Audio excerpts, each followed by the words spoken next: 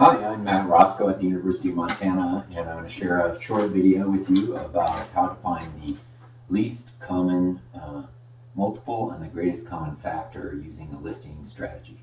So let's get started.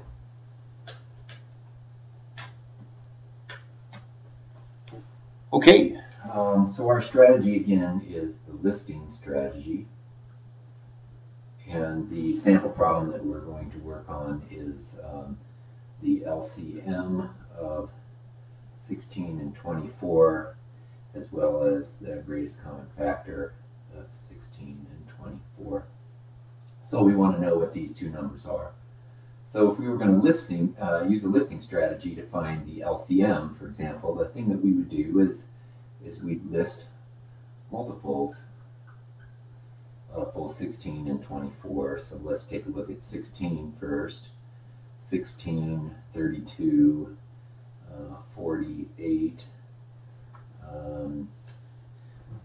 64, 80, 96, 112.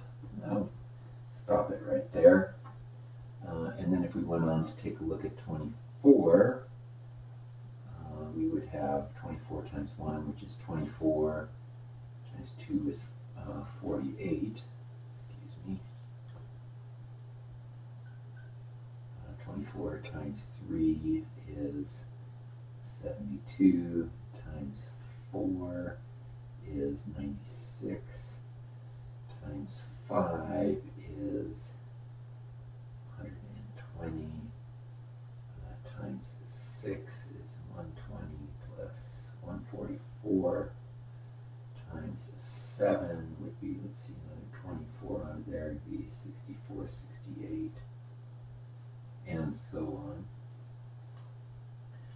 So now that we have these multiples listed, we simply need to find which ones they share, which ones that we found multiples. Now we need to find which ones are common. So the common multiples, it looks like, are 48. If we zoom ahead a little bit, it looks like 96 is also a common multiple. And we solved our problem. It looks like that the least common multiple then of 16 and 24 is going to be 48. There are some interesting patterns though that emerge. I don't know if you've noticed this, but it looks like common multiples here are skip counting by 2 positions. So we would think that the next common multiple would be 144, and I do believe that is correct, right? If we carry the 112 list on a little bit, the 16 list on a little couple more steps. Let's see, 16 plus 12 is going to be 28, so this is 128, and 144 would be the next one in this list. So it turns out that these are skip counting every 2, and these are skip counting every 3. And you might ask yourself, I wonder why that happens. Why would you have to multiply the least common multiple by a 3 every time up here to match the least common multiple that's being multiplied by a 2 down here? So again, 48s, 96s, and 144s matching up.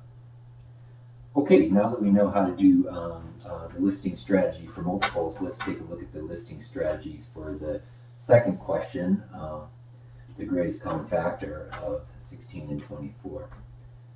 So what we do here is simply list out the factors of 16 and 24. So 16 and 24. I usually like to do factors using factor pairs. So for 16, what I do is I start with 1 and 16, and then I march up 2 and 8, 3, no, 3 doesn't divide 16, 4 and 4, 5 doesn't divide 16, 6 doesn't, 7 doesn't, 8 does, but 8 we have already with 2. And so I can stop just as soon as my two factors sort of switch positions in terms of the least one and the greatest one on the left and the right. So these would be the factors of 16, 1, 2, 4, 8, and 16.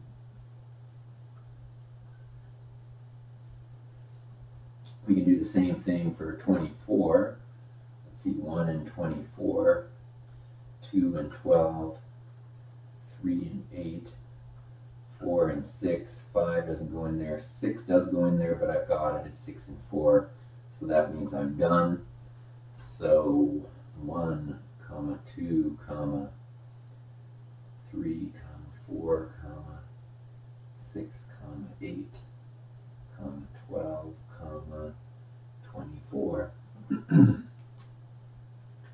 So now what we need to do is we found all the factors, we need to find which ones are common. So common factors are 1, 2, looks like 4, 8, 16 is not on this list, and of course none of these numbers will be in that list. So we can see then, using this strategy, that the GCF of 16 and 24 is 8.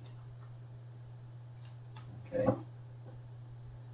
Well, I look forward to you mastering this strategy and teaching it to some other students in the course.